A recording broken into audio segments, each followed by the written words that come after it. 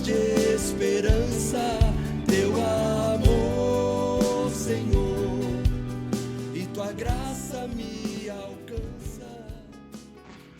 Louvado seja o nosso Senhor Jesus Cristo, para sempre seja louvado, em nome do Pai, do Filho e do Espírito Santo. Amém. Bom dia, amados irmãos. Hoje, quinta-feira, dia 3 de março de 2022. Quinta-feira, dia de adoração. Primeira quinta-feira da quaresma. É dia de estarmos ainda mais perto, mais íntimos do Senhor. Eu sou João Batista e aqui pelo canal Palavra de Esperança, nós continuamos a reflexão da carta de Paulo aos Coríntios, capítulo 7, 25 ao 40. Primeira carta de Coríntios, capítulo 7, 25 ao 40. Tudo bem com você? Espero que você já esteja vivendo o seu propósito para esta quaresma. Qual vai ser a sua penitência? O que você vai fazer para estar ainda mais em intimidade com Deus e lutando para viver cada vez mais bem vivido o seu processo de conversão. É tempo de avaliarmos isso e durante essa quaresma você vai ouvir eu falar muito desse assunto aqui na Palavra de Esperança. Amados irmãos, já estão inscritos aí no canal Palavra de Esperança? Obrigado, Deus abençoe a cada um.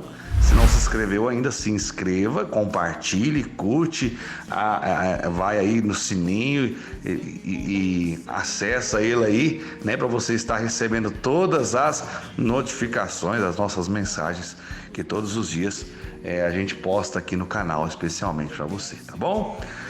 Vamos lá, a leitura de hoje é uma leitura muito interessante. Eu coloquei um título que me chamou muita atenção na hora que eu estava meditando a palavra. Fidelidade e amor às suas escolhas. O que isso quer dizer? Eu vou falar aqui, como a palavra vai nos direcionar, a respeito das escolhas que nós fazemos na vida. Então, se eu fiz determinadas escolhas, eu preciso ser fiel a elas e amar, porque sem o amor fica muito pesado. Vamos meditar? Vamos à leitura? 1 Coríntios 7, 25 ao 40. A respeito das pessoas virgens, não tenho mandamento do Senhor, porém, dou o meu conselho, como homem que recebeu da misericórdia do Senhor a graça de ser digno de confiança. Julgo, pois, em razão das dificuldades presentes, ser conveniente ao homem ficar assim como é. Estás casado? Não procures desligar-te. Não estás casado? Não procures mulher. Mas, se queres casar-te, não pecas, assim como a jovem que se casa não peca. Todavia, padecerão a tribulação da carne, e eu quisera poupar-vos. Mas eis o que vos digo, irmãos, o tempo é breve. O que importa é que os que têm mulher vivam como se a não tivessem. Os que choram como se não chorassem, os que se alegram como se não alegrassem. Os que compram como se não possuíssem, os que usam deste mundo como se dele não usassem. Porque a figura deste mundo passa. Quisera ver-vos livres de toda preocupação. O solteiro cuida das coisas que são do Senhor, de como agradar o Senhor. O casado preocupa-se com as coisas do mundo, procurando agradar a sua esposa. A mesma diferença existe com a mulher solteira ou a virgem. Aquela que não é casada cuida das coisas do Senhor, para ser santa no corpo e no espírito. Mas a casada cuida das coisas do mundo, procurando agradar ao marido. Digo isto para vosso proveito, não para vos estender um laço, mas para vos ensinar o que melhor convém, o que vos poderá unir ao Senhor sem partilha. Se alguém julga que é inconveniente para sua filha ultrapassar a idade de casar-se e que é seu dever casá-la, faça como quiser. Não há falta alguma em fazê-la casar-se. Mas aquele que sem nenhum constrangimento e com perfeita liberdade de escolha tiver tomado no seu coração a decisão de guardar a sua filha virgem, procede bem. Em suma, aquele que casa sua filha faz bem, e aquele que não a casa faz ainda melhor.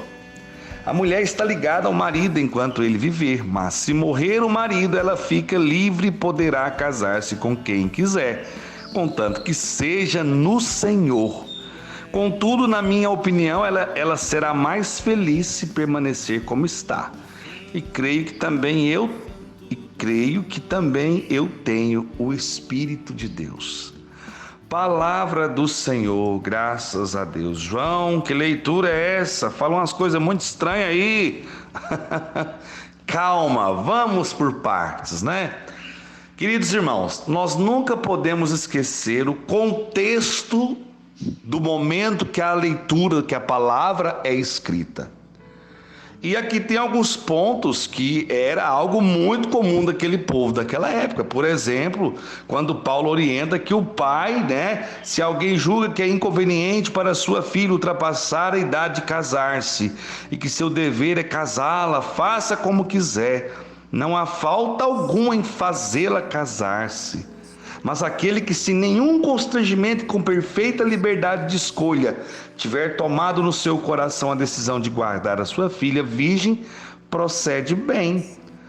O que isso tudo quer dizer, O pai de família na antiguidade ele tinha o direito de dispor de suas filhas para o casamento sem consultá-las.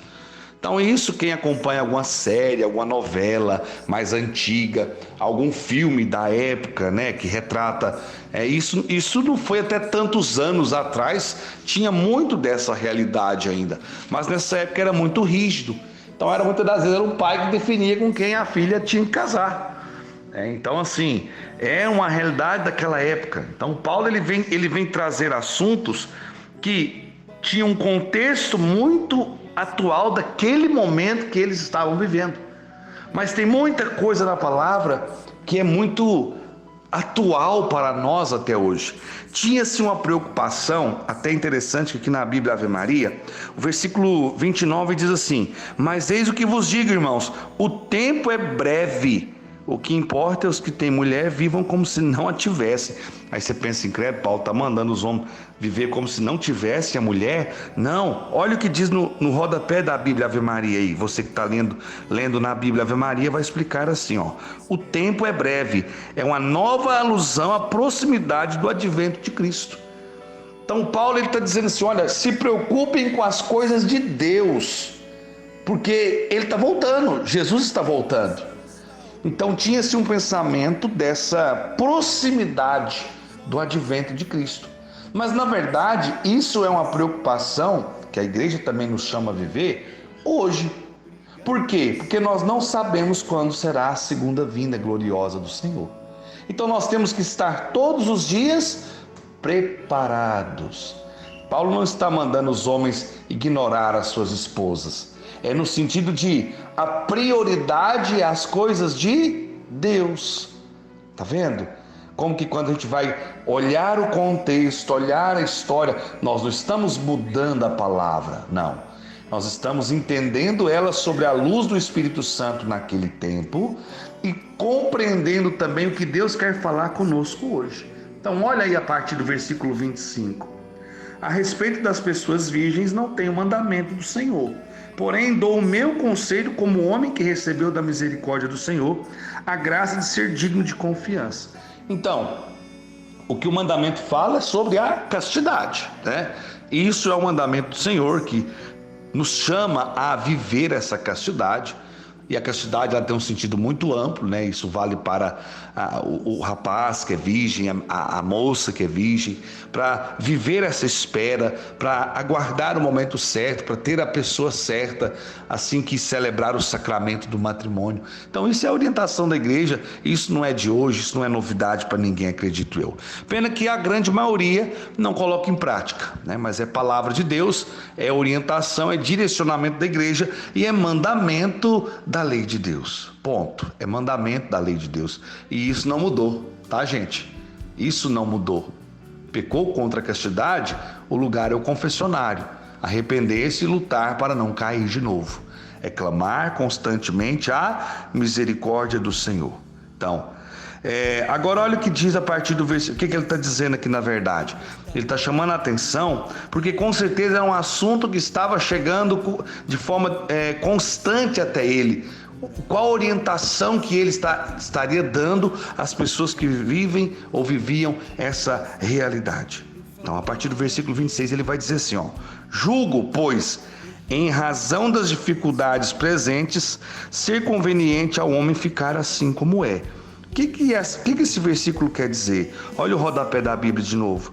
Dificuldades presentes, ou seja, os acontecimentos calamitosos que eram para os primeiros cristãos sinal do advento iminente de Cristo. É o sinal que ele já estava chegando, que era próximo à sua vinda, diante de tantas tribulações. Então ele diz assim, olha, diante de tudo que nós estamos vivendo, a minha orientação, permaneça como vocês estão.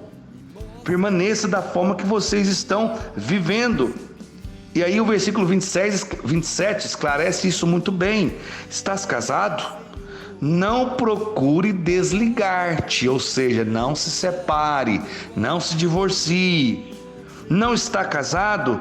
Então não procures mulher, permaneça da forma que você está. Mas se queres casar-te, não pecas, quer dizer, seja fiel. Por isso que eu coloquei o tema, fidelidade e amor às suas escolhas. Ninguém pode criticar o outro pela escolha que ele fez. Eu conheço pessoas que são solteiras e são por opção. Olha que interessante, como eu já conversei.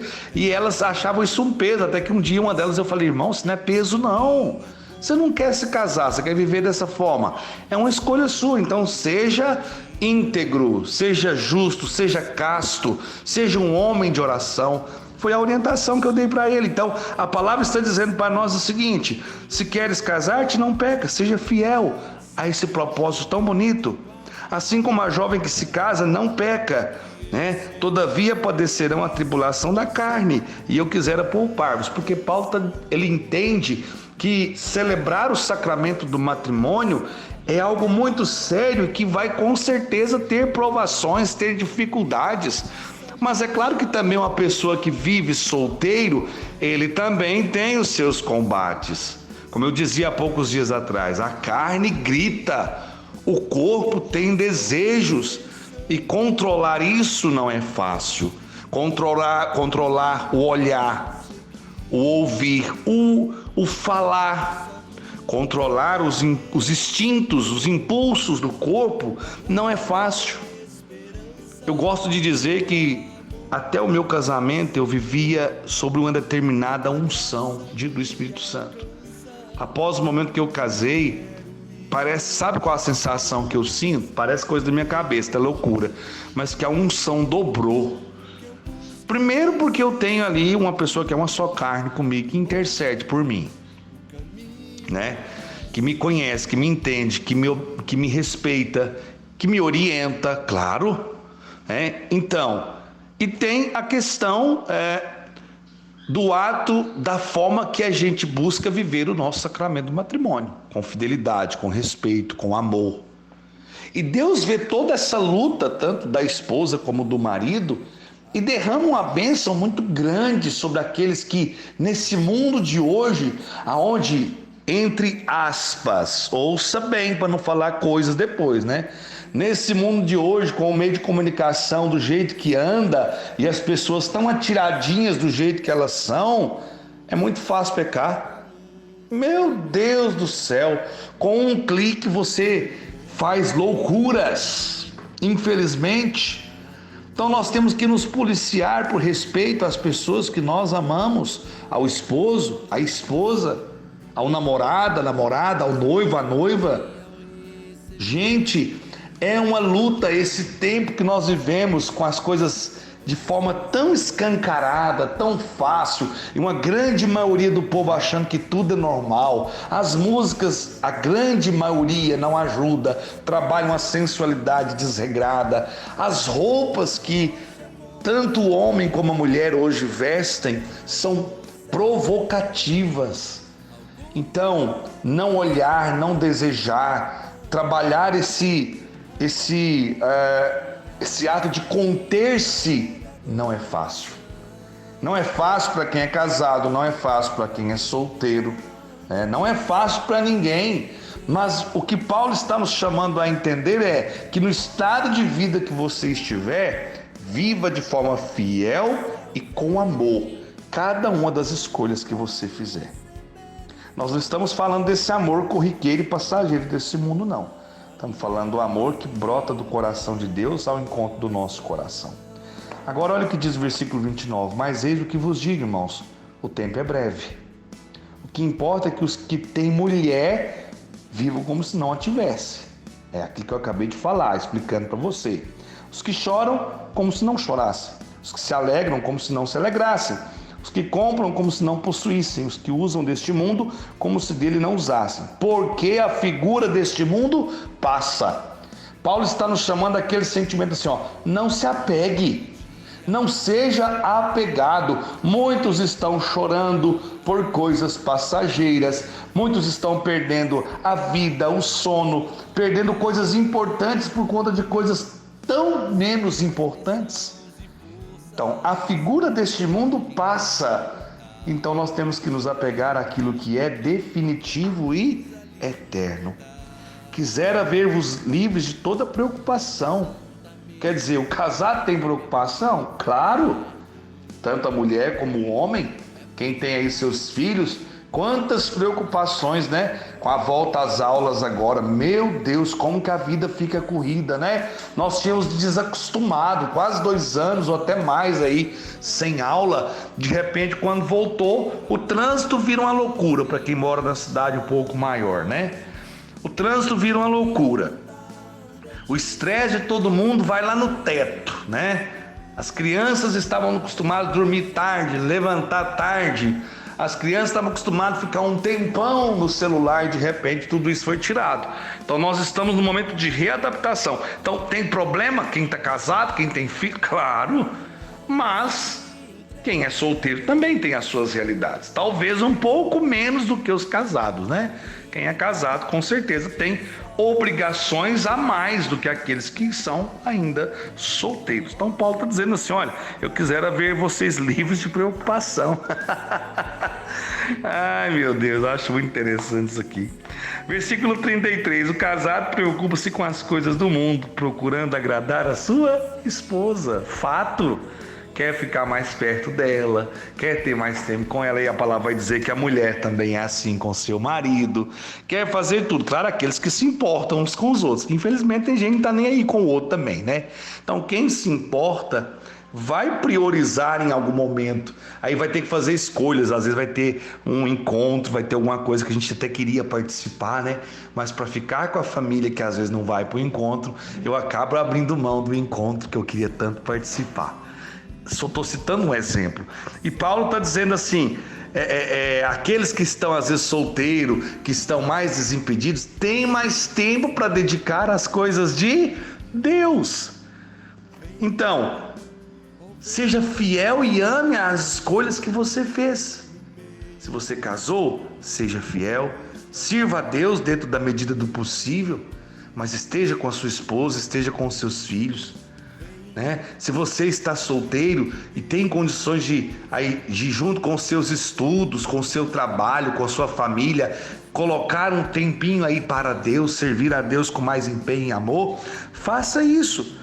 A mesma diferença existe com a mulher solteira ou a virgem, aquela que não é casada cuida das coisas do Senhor, para ser santa no corpo e no espírito, mas a casada cuida das coisas do mundo, procurando agradar ao marido. É a mesma coisa para o homem e para a mulher. Paulo deixa isso muito claro.